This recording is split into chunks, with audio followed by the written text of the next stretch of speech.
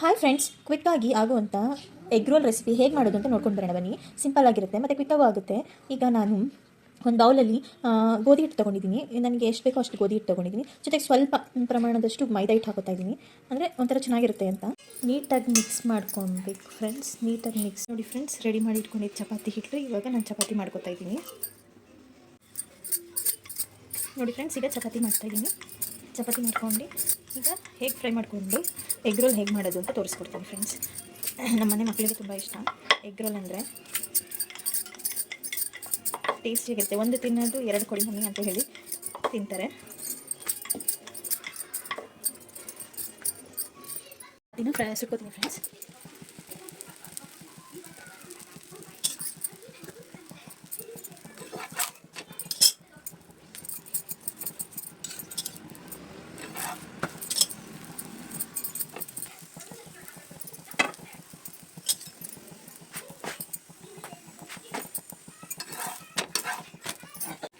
ನೋಡಿ ಫ್ರೆಂಡ್ಸ್, ಹೀಗೆ ಫ್ರೈ ಮಾಡ್ಕೊಂಡಿದ್ದೀನಿ ಚಪಾತಿನ. ಕ್ಯಾಬೇಜು ಮತ್ತು ಕ್ಯಾಪ್ಸಿಕಮ್ಮು, ಆನಿಯನ್ನು, ಕೊತ್ತಂಬರಿ ಸೊಪ್ಪು, ಮಯೋನೀಸು, ರೆಡ್ ಚಿಲ್ಲಿ ಸಾಸು ಎಲ್ಲ ರೆಡಿ ಮಾಡಿ ಇಟ್ಕೊಂಡಿದ್ದೀನಿ. ಆಯಿಲ್ ಹಾಕೋತಾ ಇದ್ದೀನಿ. ಆಯಿಲ್ ಹಾಕ್ಕೊಂಡು ವೆಜಿಟೇಬಲ್ಸ್ ಸ್ವಲ್ಪ ಬೇಯಿಸ್ಕೊತಾ ಇದ್ದೀನಿ. ಸ್ವಲ್ಪ 2 ಸ್ಪೂನ್ಸ್ ಆಫ್ ಆಯಿಲ್ ಹಾಕಿದ್ರೆ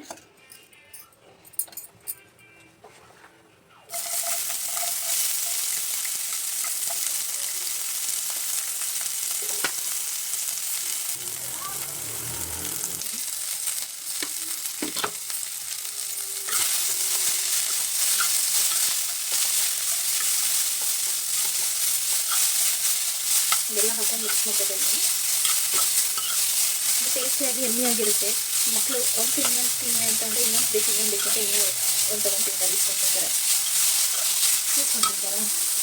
ಅದು ಒಂದು ಸ್ವಲ್ಪ ಫ್ರೈ ಮಾಡ್ಕೊತೀನಿ.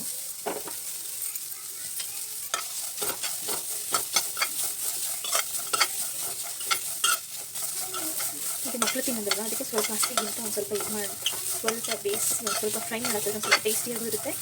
ಮತ್ತು ಮಕ್ಕಳು ತಿನ್ನೋದಕ್ಕೆ ಸ್ವಲ್ಪ ಚೆನ್ನಾಗಿರುತ್ತೆ. ನಾನು ಬೀಟ್ ಮಾಡ್ಕೊತೀನಿ ಫ್ರೆಂಡ್ಸ್. ಎಗ್ ಬೀಟ್ ಮಾಡ್ಕೊಂಡು ಹೇಗೆ ಹಾಕ್ಕೊತೀನಿ.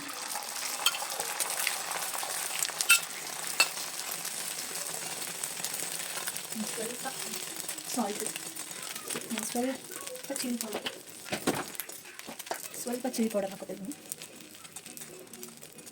ಸ್ವಲ್ಪ ಸ್ಪೈಸಿ ಆಗಿರಲಿ ಮಕ್ಕಳಿಗೆ ಅಂತ ಲೈಟಾಗಿ ಪೆಪ್ಪರ್ ಹಾಕೋತೀನಿ.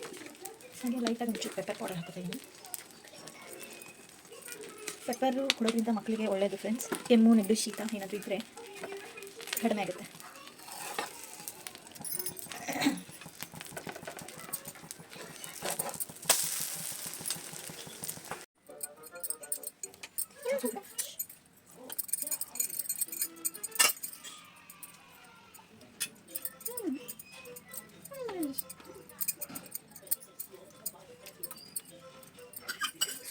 ಮೈನಸ್ ಆಗಿದೆ ಹೇಳು.